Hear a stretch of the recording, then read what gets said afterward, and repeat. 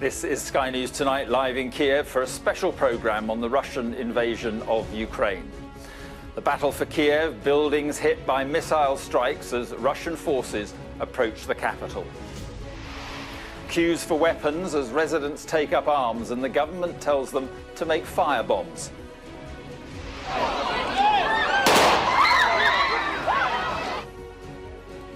And the desperate attempts to flee, with thousands of people heading for Ukraine's western borders.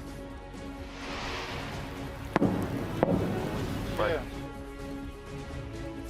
Outside the capital, Russia's onslaught continues with hundreds more attacks right across the country.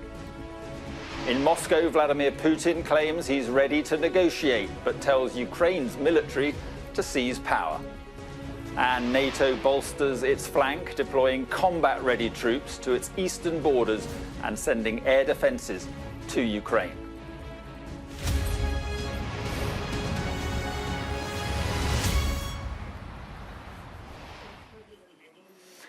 Good evening from Kiev, where residents have taken up arms with Russian forces just a few miles outside the city centre. The mayor of Kiev says the city has now entered a defensive phase, with civilians being urged to make Molotov cocktails and take on invading troops. Across the country, there have been hundreds of attacks today and thousands of people have fled the violence. Russian troops made their way towards Kiev in a column of military vehicles entering Ukraine from Belarus. The Russian military then made their way through past the former nuclear power station at Chernobyl, the shortest route to the capital here. Tanks were later spotted in Ukraine's capital, with authorities telling residents to stay off the streets due to active hostilities. Our first report tonight comes from Sky's chief correspondent, Stuart Ramsey. Be under no doubt, this European capital is fast turning into a battlefield. There are troops on street corners and under bridges. Armoured vehicles constantly crisscross the city, bolstering positions, waiting for the enemy. The Ukrainian military are fighting, but they will struggle to hold on. Tanks, APCs and trucks manoeuvre beneath the road arches. They're attempting to shield themselves from attack from the skies, holding on until the Russian infantry and paratroopers attempt to get further into Kiev by road and on foot. Well, that's the expectation anyway. There's been a huge exodus from the city. Those left behind attempt to thumb lifts, heading west. Others stop passing cars and ask if they're heading their way. More often than not, it's a fruitless hope. The air raid sirens are irregular now. It's scary stuff. With their belongings, they try to hurry off the streets. Most head for the metro stations, trying to get underground.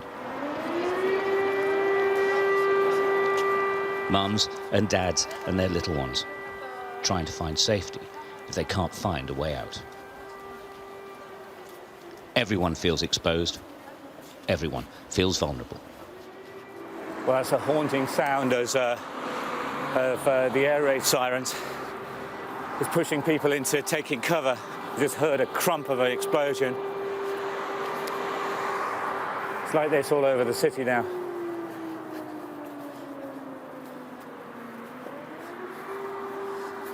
There's APCs up here.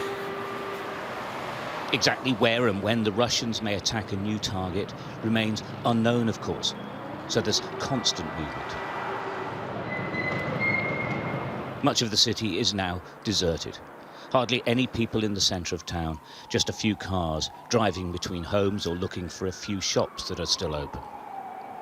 And on the streets as well, civilian militia, armed and ready to support the army.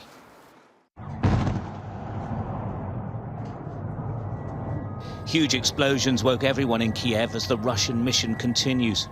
Fiery debris falling onto residential buildings below. This is life in Kiev now. The country's president making exactly that point. Коли бомби падають у Києві, це відбувається. When bombs fall on Kiev, it happens in Europe, not just in Ukraine. When missiles kill our people, it is the death of Europeans. I demand greater security for Europe, greater protection for Ukraine as part of a democratic world.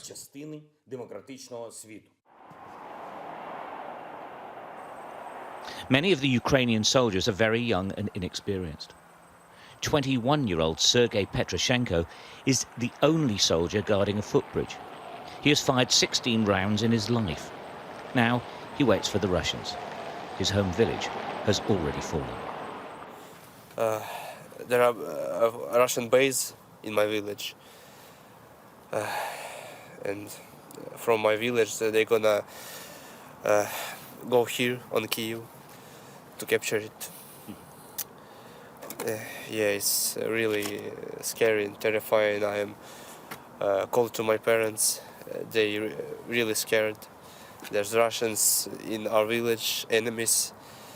There's tanks, heavy vehicle. I hope that they will be fine.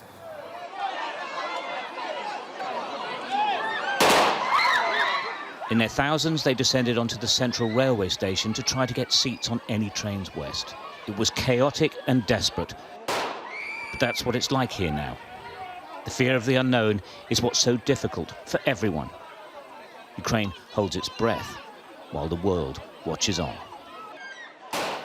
Stuart Ramsey, Sky News, Kiev.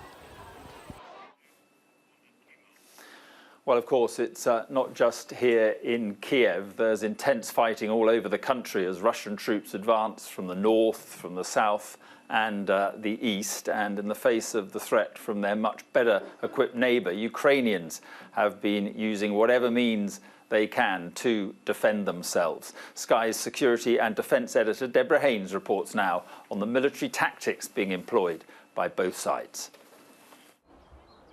Lives turned upside down.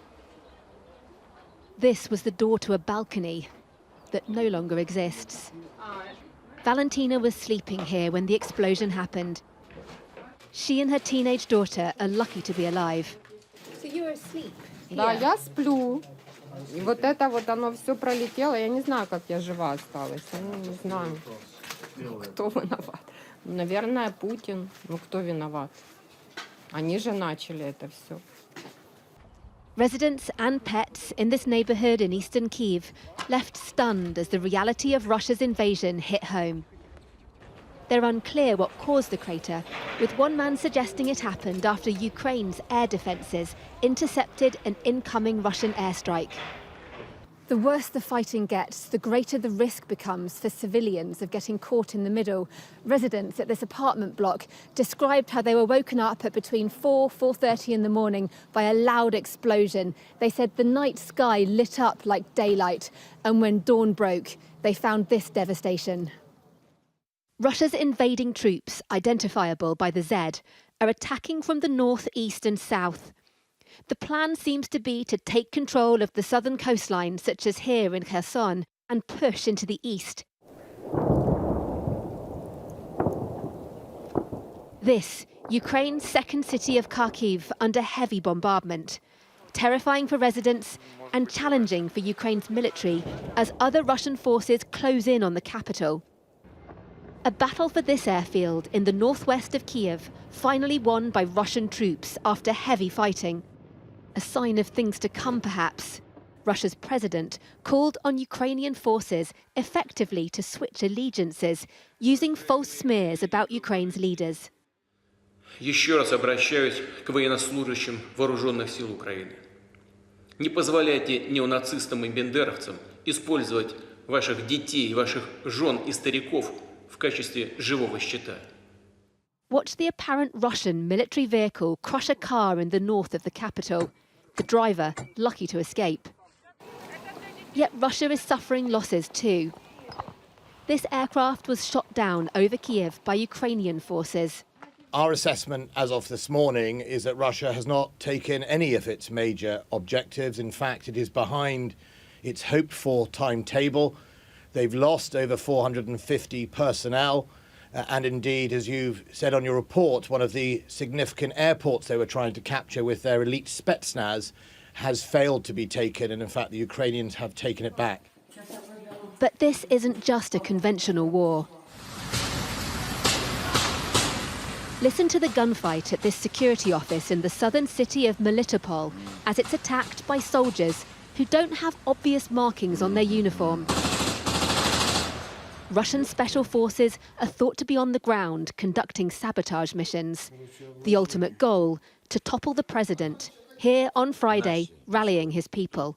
Громадяни суспільства, тут всі ми тут захищаємо нашу незалежність, нашу державу. І так буде й далі.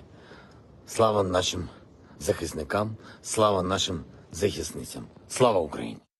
Even civilians are being handed weapons and urged to fight.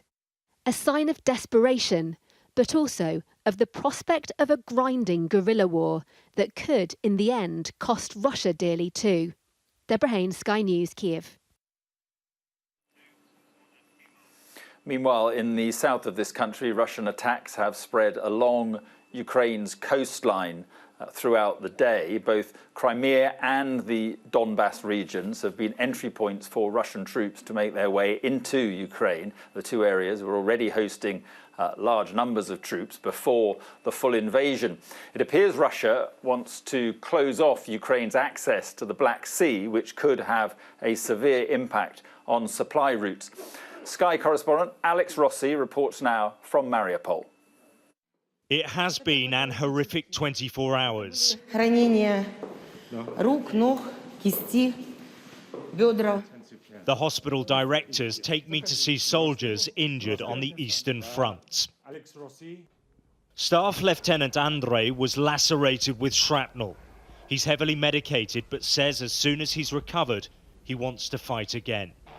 Попали под минометный обстрел, первые приняли удар на себя, после чего заняли свои места в окопе. Понимаем, что получили ранения. Видели, что проезжает мимо скорая помощь, решили не сильно геройствовать, решили, что немножко нас подлечили. In another room, Vadim has just come out of surgery. He's in pain. Dr. Alexei says he expects to see many more blast injuries in the days to come. Я думаю, сколько мы выдержим? 2-3 дня, 4, сколько простоим? Продержимся. Ну, может быть, надеемся, сегодня саммит НАТО или что там, может быть, они примут решение какое-то. Может, усадят его за стол переговоров, может, остановят стрельбу, переговорный процесс. Но мы делаем свою работу. Мы должны оказывать помощь, они должны защищать, а мы круглые сутки тут ждем, оперируем, помогаем, делаем свою работу. But it's unlikely any help will arrive. Mariupol, like the rest of the country, is besieged and on its own. The people here are exhausted. They stay inside unless they need supplies. But after years of fighting, they're inured to the sound of war. Most don't even flinch when the shells start flying. We're on the outskirts of Mariupol in the eastern district. The front lines are over in that direction. We've been listening to the sound of a very heavy artillery battle. It's hard to say exactly how far it is away, but it sounds as though Russian forces are getting now much closer to the city. And as fear hovers over this place, a steady stream of evacuees are getting out whilst they can. This man's putting his wife and daughter on the train to safety before he goes back in the army. Я раніше воював, військово підготовлений. Я чую свою зобов'язаність просто воювати. Ну, подальше, як країна прикаже. Many families will be separated in the days to come. And with the Russian invasion battering every corner of this country, there's no doubt there will be many more tears. Alex Rossi, Sky News, Mariupol. Right, let's try to find out what is happening right now. Our chief correspondent, Stuart Ramsey, is live now on the streets of Kiev this evening. And Stuart, I'm sure you've been hearing what we've been hearing, which are a number of explosions and repeated gunfire. Yeah, a lot of that, and it's been going on for the last few hours. It's gone quiet now. I'm sure it's going to start again. I don't think either of us are going to sleep very well tonight, Mark. You're right. It's not just the explosions. I'm pretty certain I could hear gunfire as well. And we know from earlier today, we were up into the north, and we knew at one point as we were coming back, we were only about 8 kilometres away from where we're staying now. And you had that distinct impression that the Russians were really, really near. We saw the various defensive positions of the Ukrainian military. They were moving their trucks around. They were taking cover, as you saw in my report, underneath motorway bridges to stop being attacked from the air.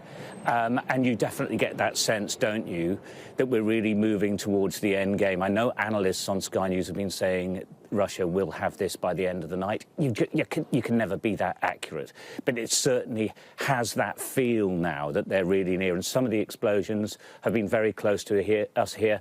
And also some of it has been outgoing from artillery positions which are not far away, which a worry for everyone who lives in this area, because obviously they will be targeted and attacked as well. And as we've seen in the reports, the concern is always about the civilian population who is caught up in all of this, who are not taking up arms and who are basically just hiding in basements or areas that they've been told are safe for them, basements in all sorts of different buildings. It's a very tense evening. It's been a very, very tense day, actually, a massive change in 24 hours. People are really scared. And of course, we've seen as many as possible piling into cars, driving themselves. That was particularly yesterday. Today, trying to get lifts, and then obviously on the train station, which was fairly horrendous, with hundreds and hundreds, thousands of desperate people trying to get out of Kiev, with the Russians really, really close now. Stuart, thank you very much. Let's go down to southeastern Ukraine now, speak to Alex Rossi, who is in Mariupol. Alex, what is happening where you are tonight? Well, it's been a very noisy day here too, Mark. We have heard throughout the day the thud, the crump of barrages of artillery, both incoming and also outgoing. We travelled to the outskirts of the city, the very furthest point in the eastern district, where the high-rise blocks of flats give way to open ground, and a very fierce battle going on. Again, very hard to say how close that fighting is to the city, but it sounded much closer than it was 24 hours ago. Now, I am actually inside the city, not far away from the coast. We won't give away our exact location. We've been asked by the people that we're staying with to move away from the coastal front because of our lights. We don't want to draw attention to where we are. But in the last hour, we have heard some of the most intense artillery that we've heard since we have been here. There are also reports that there has been an amphibious assault somewhere along the coastline here, possibly Russian Marines landing. We haven't been able to verify that, but this area would be somewhere that you could expect that kind of invasion force to land. Now, obviously, for the people here, the civilians, it is, well, it's an extremely nervous, tense, difficult time. They're waiting, holding their breath, really, to see what happens. But the next 24 hours will be crucial. Yeah, OK, Alex, thank you very much. Well, our correspondent John Sparks is in Dnipro in eastern Ukraine. And John, the last time we spoke, I think was this morning when you were in Kyiv, and there was a lot of shell fire going on. Yeah, that's right, Mark. It was pretty frightening, to be honest. We spent much of the day in Kharkiv, second largest city in Ukraine. And I can tell you at the moment, they are experiencing very large, very loud blasts, explosions on the outskirts of the city. And there's been a long day of that. And it actually started just as I was getting ready to speak to you at about 11 o'clock local time. These loud thuds, these echoes, these loud thuds sort of echoing around the city. And we had to sort of keep the conversation pretty short because it felt like it was getting pretty close to us. We were staying in a city centre hotel, and we dashed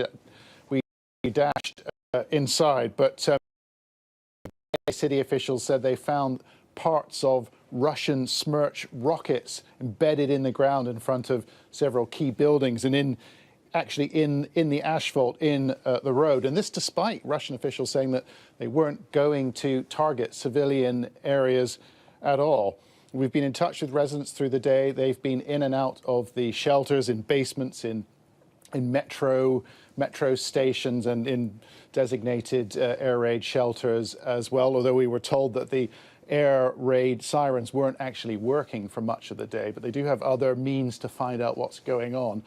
And we just spoke to one contact a few minutes ago. She said at the moment they think aircraft are actually bombing the city as we speak. Then we took the road down to Dnipro. A lot of evidence of Ukrainian army, the military, both sides of the road. I don't think they're laying down their arms. I don't think they're ready to give up. OK, John, thank you very much indeed. And that really gives you an idea of what's happening in 3 or 4 cities, different cities across this country this evening. Well, US defense officials say the Russian invasion of Ukraine is advancing along 3 lines of attack established yesterday, but the assault on Kiev is taking longer than the Kremlin anticipated. Michael Clark, Professor of War Studies at King's College London, has been looking at the Russian advance. We know that Russian troops have been stretching the Ukrainian defences with a multi-pronged attack. The British Ministry of Defence Information in the MOD have produced some estimates of where they think the forces are, and they confirm more or less what we've been saying, that forces in Crimea have moved north and eastwards, that forces from Belarus have moved towards Kiev and are in the north of Kiev, but forces up in the northwest have not done as well and seem to have been held, particularly at a place like Chernihiv. It doesn't appear that they've got through that very easily, and so some of these forces are more slow arriving in Kiev than they expected to be. Let's just have a look at what's happening in the Donbass. The Donbass region is where all this started, what, in a sense, this was supposed to be all about. And as expected, Russian forces have moved out of Crimea and were expected to move from the Donbass region itself to actually link up. It doesn't look as if they've made it, because Ukrainian forces seem to be holding them, even though they're caught in something of a pincer in the Donbass region. But it looks as if some of the fighting there has been fairly fierce and, at least from an immediate perspective, has actually helped the Ukrainians. But, of course, the big issue is Kiev. What is happening in Kiev? Let's just have a look at the satellite photograph. In Kiev, we know that Russian forces have effectively arrived in the northern part of the city. They are in the Oblon district, on the edge of it, and one would expect them to be able to move in if they wanted to. We also know that Russian forces have arrived in the west of the city. There is no sign yet that Russian forces have made it in similar situations in the east or the south of the city, maybe because they haven't been able to get there as quickly as was expected. We also know that there have been fights at the Hostomel airfield and some conflict at the Borispil airport. The fact is that Kiev, in a sense, is like a clock. At 10 o'clock, at 12 o'clock, 10 o'clock and 9 o'clock, the Russians know that their forces are there. They're waiting to complete the circle. And when Kiev is encircled, then they have the choice as to what to do next and whether to actually tell the Ukrainian government just to go or to move in and remove them. Michael Clark there. Well, our security and defence editor Deborah Haynes is with me now. And Deborah, from what we're hearing this evening, it sounds as if the Russians may be getting closer to this capital city. Yes, well, this evening, the UK's Chief of Defence Intelligence very unusually issued another statement. We normally never hear from him publicly, and this is the second time, I think, since this crisis started, that he's chosen to go on the record to be quoted. And he says about the attack by the Russians on Kiev, that they are they're advancing towards the capital on 2 axes. He says that their objective is to encircle the capital, secure control of the population and change the regime. And that does really sort of fit in with what we're hearing, that the ultimate goal here is not to occupy the country, but to change topple the government and impose a puppet regime, effectively, that would have a greater leaning towards Moscow and reject NATO EU membership. But the idea of that having long-term success in a population that clearly is opposed, the majority seems to be opposed to that idea, does seem to indicate that this could turn really ugly. And then we're also seeing these incredible images today, aren't we, of the civilians being told to come forward and take up weapons, learn how to make Molotov cocktails. The idea that, yes, the Ukrainian military is clearly putting up a defence, but it is against a far superior military force in the Russians.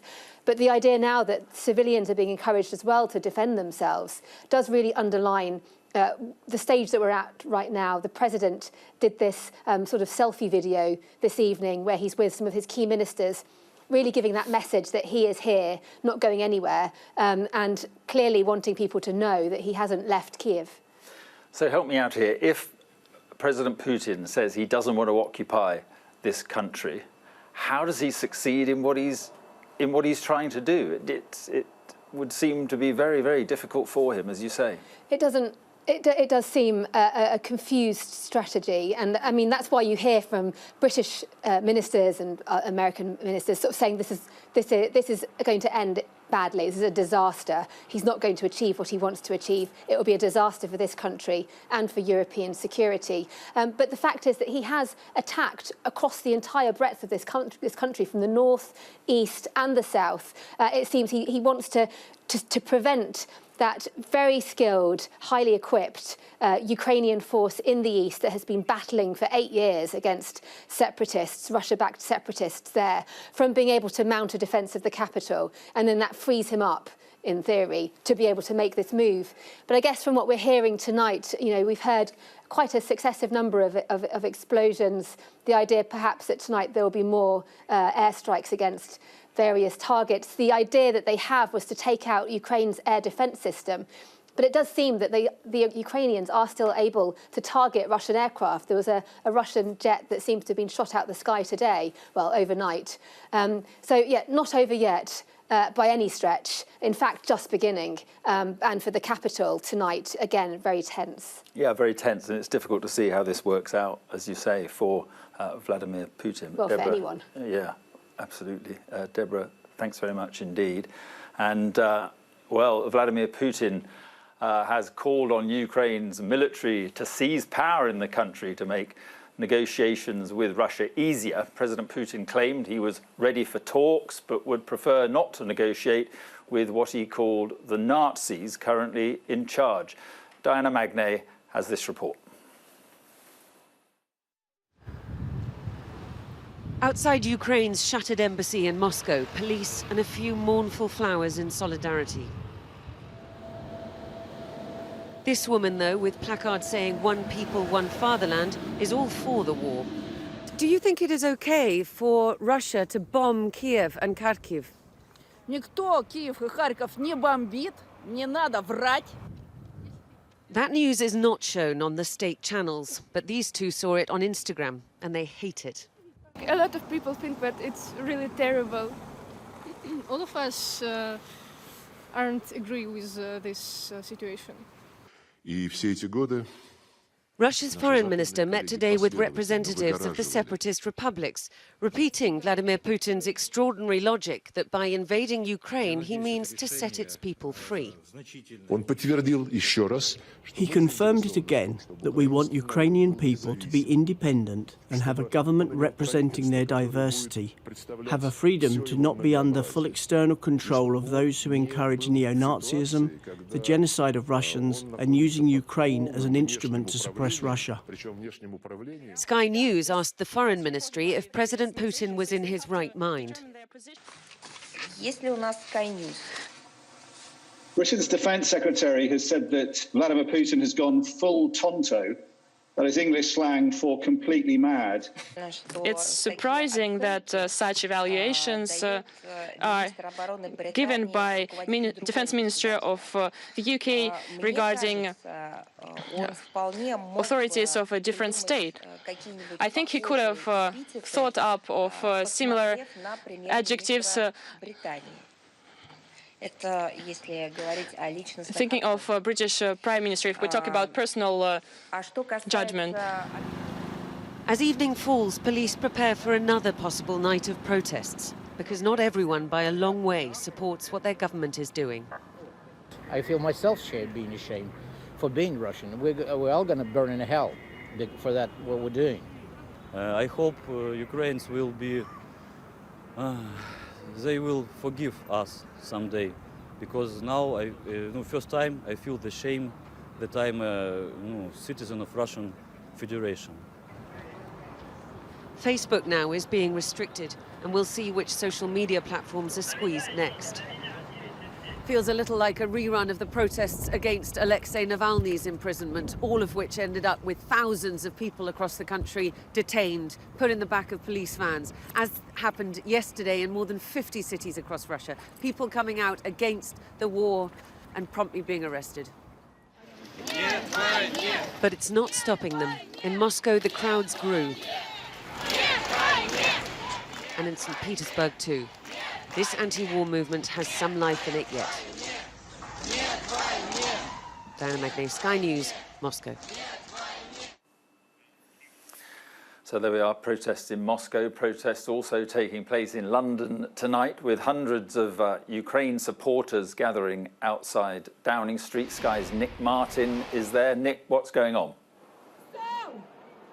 Yeah, good evening, Mark. Quite a sizable demonstration developing here in Whitehall. Just to our left here is Downing Street, and this is where a lot of these people are projecting their voices, saying, "Arm Ukraine, protect the skies." Lots of people here tonight with their banners. Ukraine will never surrender. Please support Ukraine.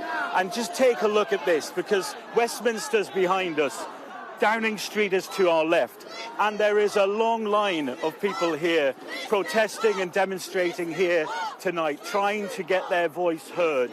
What they want is the UK government to support Ukraine more than they already are. Many people here are trying to encourage the British to introduce a no-fly zone over Ukraine, and that's something that NATO has been very reluctant to do. They fear that that could cause a conflict which could be catastrophic, but try telling that to some of the people here. And as I say, the line just continues to go on and on, with people holding their banners, "Stop Putin now," "I'm Russian," "I'm against this war," "Europe stand with Ukraine," "Ban SWIFT," a reference to the banning of that international finance system that many people could believe could cut Russia off even more financially. NATO stand with Ukraine. I mean, the line goes on and on and on up Whitehall here tonight. There was a protest here yesterday, but it was nowhere near this size. Putin, stop the war, stop the war. Let's just chat to this lady. Can I ask you why you've come here tonight? To support Ukraine, to support my land, and to ask for my family, who are now in Ukraine and in danger. Thank you for talking to us tonight. As you can see, a very big demonstration here, stretching all the way from Downing Street, all the way up nearly to Trafalgar Square, Mark. OK, Nick, thanks very much indeed. Sizable protests there in London. Well, every day next week we'll have a special programme twice a day on the Russian invasion of Ukraine. We'll bring you the latest news from across the country, as well as our correspondents in Washington, in Westminster, and of course across Europe. That's Ukraine Invasion at 1 p.m. and 7 p.m. every day from Monday. This is Sky News Tonight. Coming up, calls for the West to step up sanctions. I'll be speaking to the chess grandmaster, Garry Kasparov.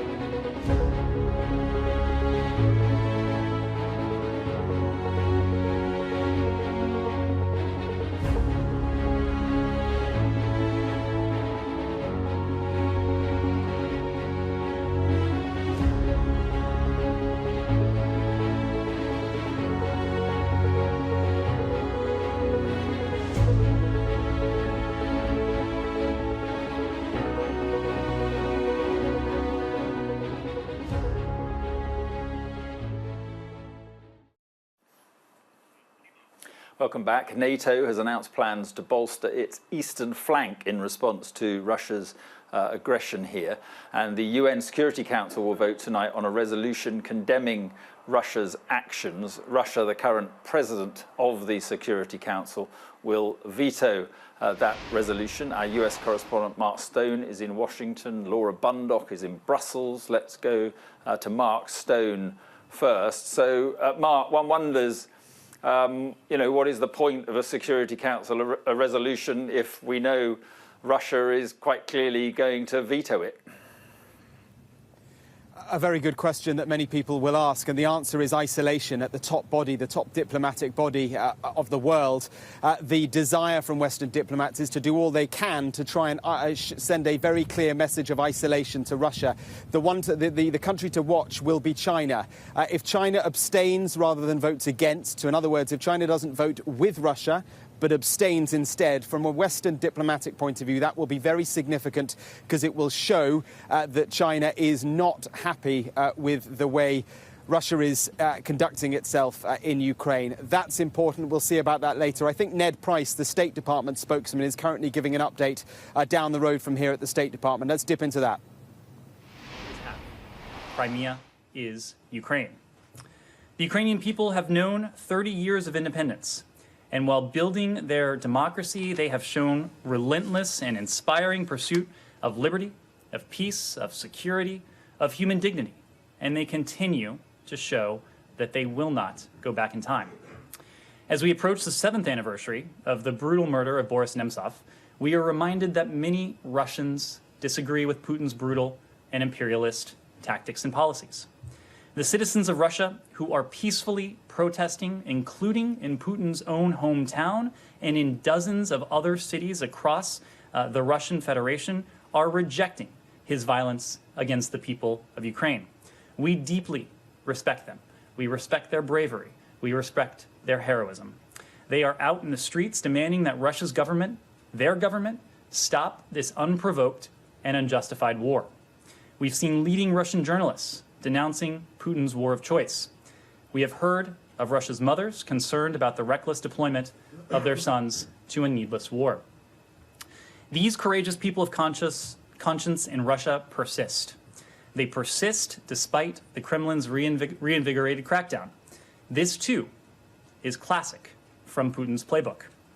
Whenever challenged by people, his own people, speaking truth and opposing views, his tactic is to silence them. The people of Russia, as we have said time and again, are not our enemy. We hold President Putin and his cronies responsible for this war, not them. We join you in saying no to war. Niet vnia. President Biden has said from the start of this crisis, if President Putin chooses to invade, the cost to Russia will be immediate and profound. To its financial system, to its economy, to its technological base, and to its strategic position and ambitions, as well as its reputation in the world. And the world has now witnessed that Putin has made a choice. He rejected diplomacy, he has chosen war, and President Biden has announced our response. To be clear, this is not the outcome we wanted.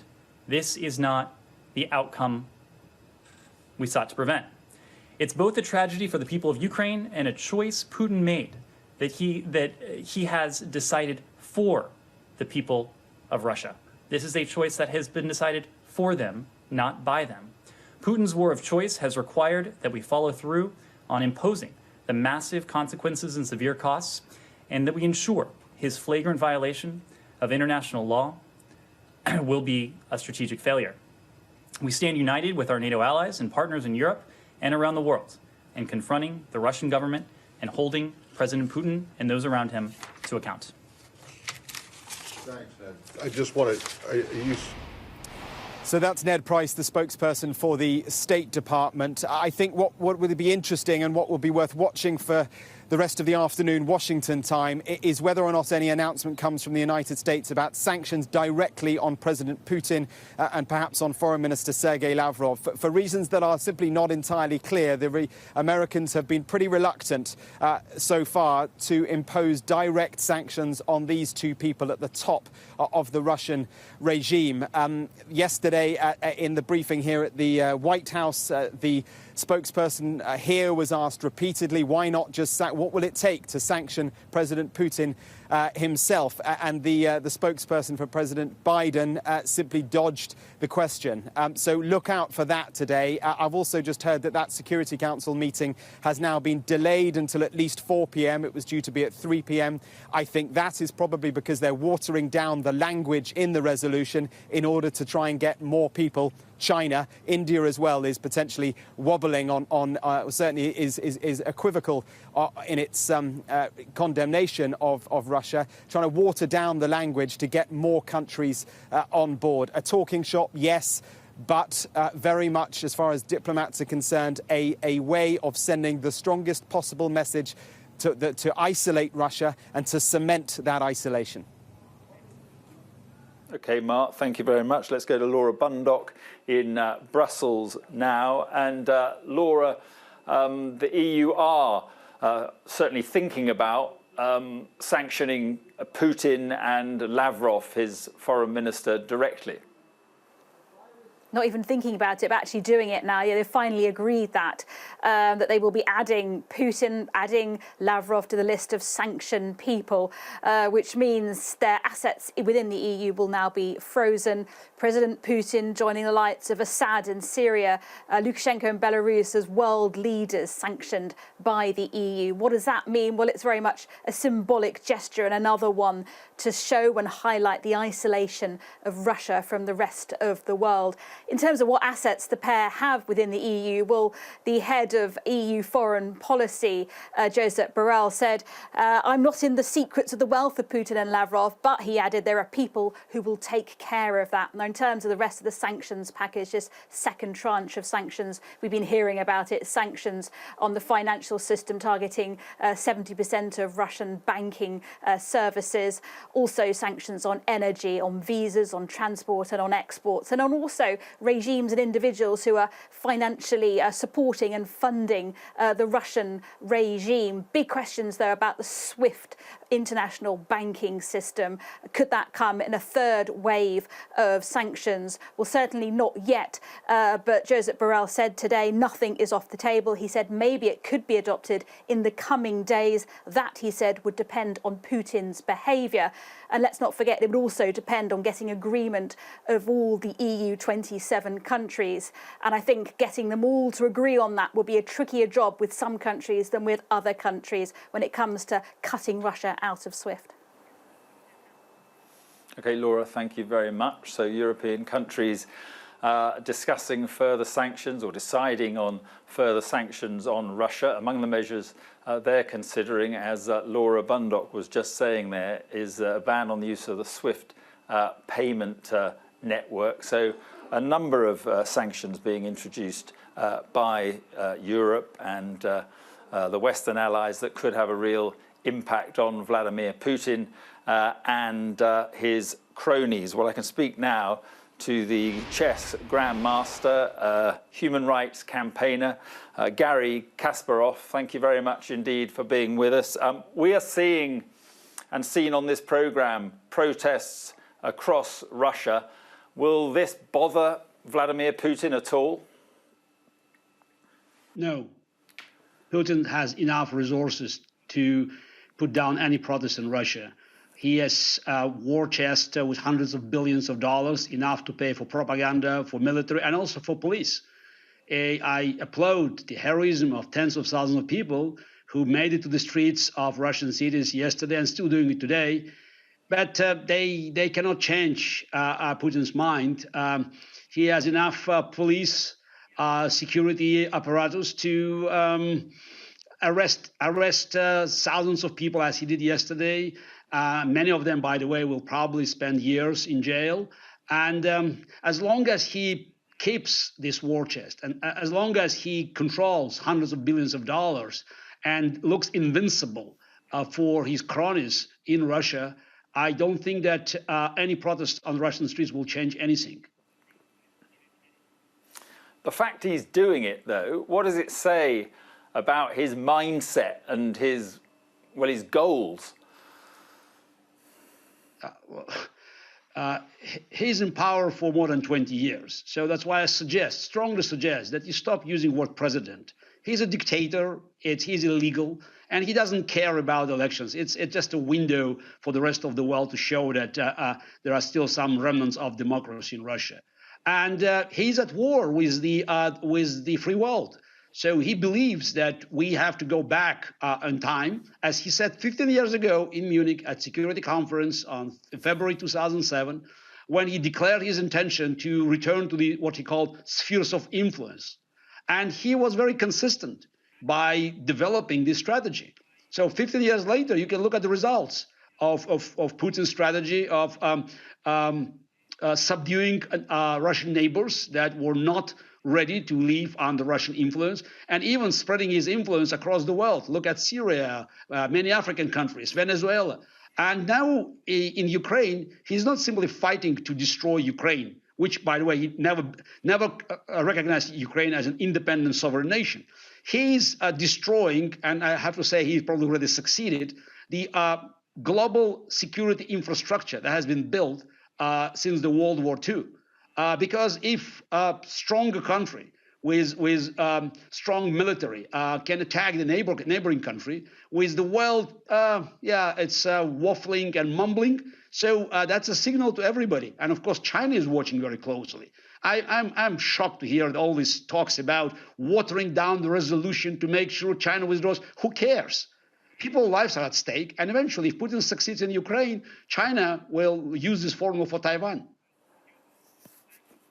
But if, the sanctions hit, the economy collapses, the protests continue, can you see any chance at all of this being the beginning of the end of Putin?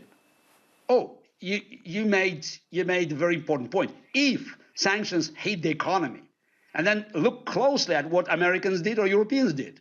They left Russian central bank and Sberbank out of the war sanctions. The Sberbank assets in America not being seized or frozen.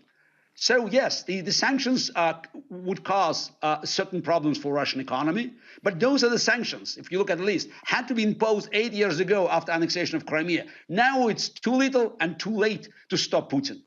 And also, all these talks about sanctioning Putin, who cares? Putin doesn't have assets in Europe or Lavrov. You have to go after oligarchs. You know the addresses. Just look around in London, in many European countries. So if you want to hit Putin, follow the money. And you have to hit his wallets. And symbolic sanctions against Putin or Lavrov or other top officials that are not affecting Putin directly, it's symbolic. It's more like paying lip service. And of course, supplying Ukraine with weapons, it was long overdue, and only now we hear a very slow move in this direction. But I'm afraid it might be, again, too little, too late. All right, Gary Kasparov, appreciate your time. Thank you very much indeed. Thank you. Well, residents of this city have been asked to make firebombs to help neutralize Russian forces. Pictures have emerged of people queuing for guns, with the government saying thousands of weapons have been handed out. Members of parliament have also armed themselves. Among them, Sviatoslav Yurash, Ukraine's youngest MP. Last night he shared this image of him carrying an AK-47 on the streets of Kiev, and he joins me now. Well, thank you very much for being with us. First of all, can you believe, while you're walking around the streets there, can you believe what is happening to your city and your country? As I'm talking with you, there are explosions in distance basically happening. I'm trying to overrun the curfew. I need to sort and say help the soldiers. And do you, I don't think you can hear me. We can't hear you now. Sorry, I was just Try talking with again. someone checking my documentation, basically. I'll be with you in a second. 1 moment. So, 1 second, can sorry. you hear me, Sviatoslav? Okay. So here we are, the youngest Ukrainian MP wandering around the streets of Kiev. You're back with us. Okay, I just wondered, do you feel safe yourself? Do you feel that you and your family are safe? I will be joining with the fighting for Kiev because there's no other choice now. We have fought in Kiev today. We have had Russian incursion in the north of the city. We have Russian columns heading for the north and for the eastern part of town. And we have to stand our ground. This is our capital, which we cannot give up. My family, I am from the western Ukraine, so my family is there. And even though every city in Ukraine and my hometown as well were hit by missiles from Russia and different kinds of attacks, still they're safer than here. But I'm staying in the capital because that's the only honorable thing to do for a person who wants his country to survive this onslaught. And if the Russians come into the capital, would you stay in the capital or would you then leave? They are in the capital. Today, they'll be fighting in the north of the city. And they are dropping rockets. I hear the explosions as I'm walking to the center of town, to the area where the presidential administration made an appeal today to the citizens of Ukraine, showing the president is here, prime minister is here, leadership is here to defend our capital, not to allow Russians to win, no matter what. And if the Russians do come in and put in another government and remove President Zelensky, how would the people of Kiev and the people of Ukraine react to that? It's not about the government. It's not about Zelensky. Russians, Mr. Putin made a hour-long speech that the whole world can see, available to you on every social media. That speech is about his firm belief that Ukraine is not a nation, Ukraine is not a state, and that he wants to take over Ukraine. He wants Ukraine to be a part of Russia. Ukrainians, by every measure, every poll, don't agree with that statement. So we are going to fight with everything we got to the very end to keep our nation away from him. And do you see a long war of resistance? If they come in and they topple the government, do you see a war of resistance happening? I was born after the Soviet Union. I only know Ukraine. And there are millions like me who do not even dare to presume anything else but independent Ukraine. And we will fight to keep that independent Ukraine a reality, no matter what Putin puts on the table, no matter what he puts against us. Again, for the last 2 days, Ukraine has been fighting a war on every border with Russia, from the south, the north, the east. And we've seen plenty of their instruments, plenty of their weaponry. We captured many of their prisoners. We destroyed very many as well. And we shown... Okay, is that your weapon you have with you now, Sviatoslav? Yes. Yes, it's the AK, basically.